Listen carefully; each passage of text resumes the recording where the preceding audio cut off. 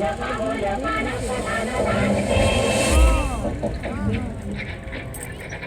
Radio Azad Hind हूँ। यहाँ दिन के 2 बजे हैं और भारत में शाम के 6:30। मैं आविष्कार हूँ उस समय का जब आवाज ने तरंगों की सवारी नहीं सीखी थी, मगर मैं बेतार होके भी बातों की तार को पलक झपकते ही लाखों लोगों से जोड़ सकता था। हर समाज, हर देश, हर सभ्यता को एक सोच की आवश्यकता होती है, और अगर वो सभ्यता गुलामी की बेड़ियों से संघर्ष में जूझ रही हो और उसे अपनी बात रखने का माध्यम सुलभ हो जाए, साथ मिल जाए, लोगों को जोड़ने का अवसर मिल जाए, तो संघर्ष को गति मिल जाती है। और उस समय मैं यही कर रहा था। मैं सुभाष बोल रहा हूँ। अरे ये तो सुभाष चंद्र बोस है। कहाँ से बोल रहे हैं? नेताजी रेडियो पर बोल रहे हैं। वो है कहाँ? उधर से बहुत दूर, पता नहीं कहाँ। ये बोल क्या रहे हैं? अरे सुनो क्या बोल रहे हैं। आज हम और हमारी मातृभूमि विश्व इतिहास के दोराहे पर आ खड़ी हुई। मैं आजादी की चाह रखने वाले समस्त भारतवासियों से आह्वान करता हूं कि आप ब्रितानी गुलामी के खिलाफ तब तक युद्ध जारी रखिए जब तक मातृभूमि मुक्ति न प्राप्त कर ले। जय हिंद। 1939 का साल विश्व इतिहास में ऐसे जंग की शुरुआत का साल था जिसने विनाश की नई परिभाषा कर दी थी। पराधीन भारतवासी अपनी स्वतंत्रता के लिए संघर्ष कर रहे थे।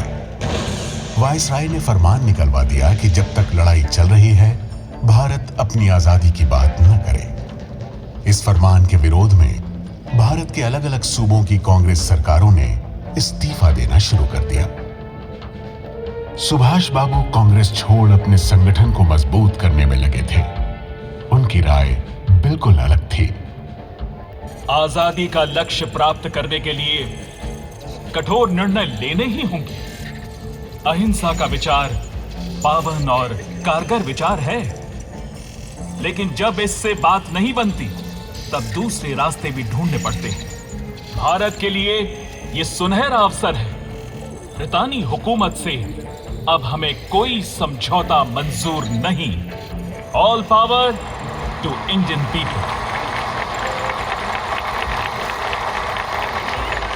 सुभाष चंद्र बोस को गिरफ्तार कर फिर जेल में डाल दिया गया था। सुभाष के लिए अब संघर्ष करना कठिन होता जा रहा था।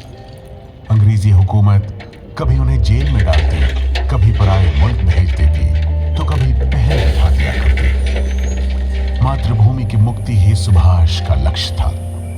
वो जेल में बैठे देश से बाहर जाकर संघर्ष को गति देने के बारे में सोचने लगे।